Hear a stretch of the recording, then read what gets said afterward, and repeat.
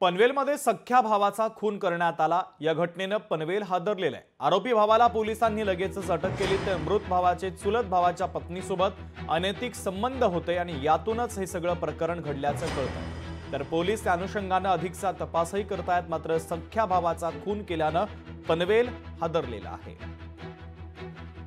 पनवेल शहर पोलीस स्टेशनचे beat marshal police हवालदार कारंडे आणि केनी तात्काळ तिथं घटनास्थळी गेले। त्यांना तिथं आढळलं की मृतदेह पडलेला आहे।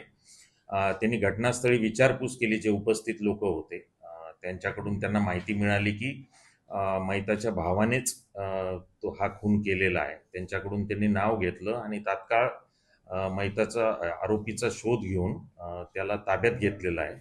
या संदर्भात पनवेल शहर पोलिसांनी खुनाचा गुन्हा दाखल केलेला आहे। आरोपीला अटक करण्यात आलेली आहे आणि या गुन्ह्याचा तपास पोलीस निरीक्षक पटेल करत आहेत आणि आज आरोपीला न्यायालयात पोलीस कस्टडी रिमांडसाठी हजर करण्यात येणार।